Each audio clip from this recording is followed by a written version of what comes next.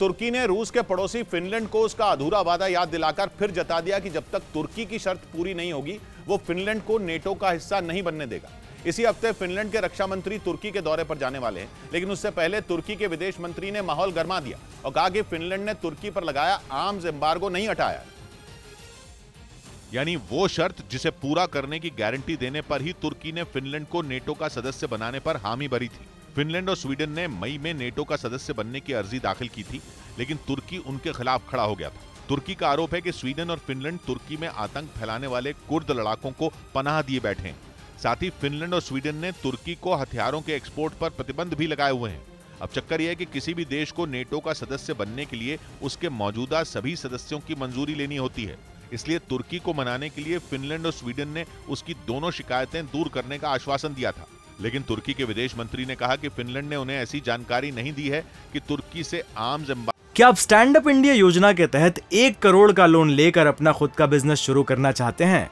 तो freedom app को download करें और इसकी पूरी जानकारी अभी प्राप्त करें। एम्बार्गो हटा लिया गया, मतलब तुर्की ने एक बार फिर अपने तीखे तेवर दिखा दिए। इस बीच रिजर्व बैंक ऑफ इंडिया ने रेपो रेट 35 बेसिस पॉइंट बढ़ाने का ऐलान कर दिया। आरबीआई के इस कदम के बाद लोगों के लोन की ईएमआई बढ़ सकती है, जिसका मतलब ये कि कार, होम और पर्सनल लोन समेत सभी तरह के लोन महंगे हो सकते हैं।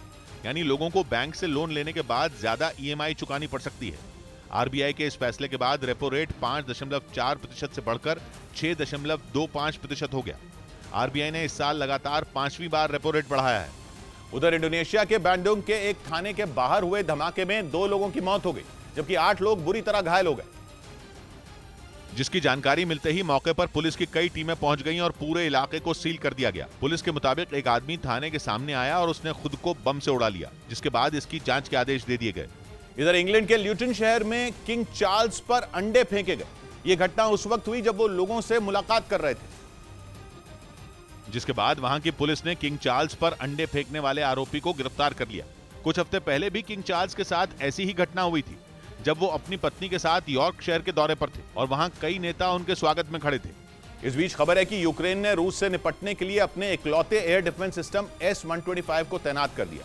यह वही डिफेंस सिस्टम है जिसने अमेरिका के स्टेल्थ विमान को भी मिट्टी में मिला दिया था।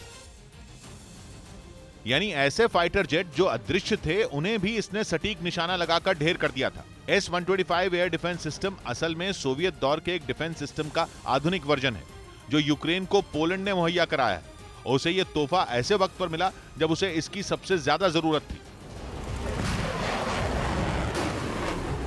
यूक्रेन लंबे वक्त से जर्मनी से पेट्रियट मिसाइल सिस्टम मुहैया कराने की गुहार लगा रहा था, लेकिन पोलैंड से मिला S-125 डिफेंस सिस्टम उसकी इस परेशानी को हल कर सकता है, क्योंकि जमीन से आसमान में मार करने वाला यह डिफेंस सिस्टम 25 किलोमीटर की दूरी तक वार कर सकता है। वहीं पोलैंड ने सोवियत दौर के इस मिसाइल सिस्टम की ताकत बढ़ाकर इसे और घातक बना दिया है, जो दुश्मन के फाइटर जेट, बैलिस्टिक मिसाइल और ड्रोन को निशाना बनाकर ढेर कर सकता है। वहीं इसकी पकड़ से स्टेल्थ तकनीक से बने विमान भी नहीं बच पाते। उधर दूसरे विश्व युद्ध के बाद पहली बार फिलीपींस की जमीन पर जापान के लड़ाकू विमान उतरे। चीन और रूस को अपना दमखम दिखाने के लिए इन दोनों देशों के वायुसेना फिलीपींस में मिलिट्री ड्रिल कर रही है, जिसके तहत जापान के 2 F-15 फाइटर जेट फिलीपींस के क्लार्क एयरबेस पर उतरे। जापान के इन लड़ाकू विमानों के अलावा उसके हवा में ईंधन भरने वाले एक विमान ने भी फिलीपींस की जमीन पर लैंडिंग की, जहां पहले से ही जापान के 60 जवान मौजूद रहे।